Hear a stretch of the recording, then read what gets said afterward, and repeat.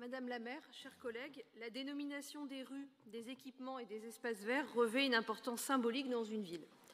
Elle vient célébrer des personnes qui ont marqué notre histoire commune, à qui la collectivité veut rendre hommage pour leur réalisation ou bien les faire vivre à travers notre mémoire collective pour ne pas oublier. Cette opération n'est pas technique, mais bien évidemment vient porter des valeurs communes pour les habitantes et les habitants de notre ville. La proposition présentée dans cette délibération vient tout à fait répondre à cette exigence et célèbre d'ailleurs plusieurs figures qui ont œuvré pour les autres, ont résisté pour la liberté et contre la barbarie.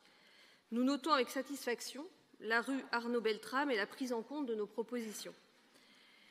Je me permets, suite à nos deux précédentes interventions, de réitérer dans cet esprit, et afin de ne pas oublier, la proposition de dénomination d'équipements et de rues en hommage à Samuel Paty.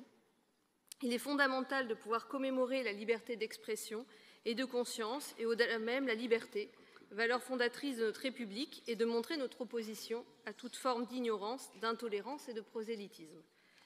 Une dénomination également pour rappeler le rôle de l'éducation, on en a beaucoup parlé aujourd'hui, le droit à l'expression et la liberté de parole comme piliers de notre pays et dans notre ville.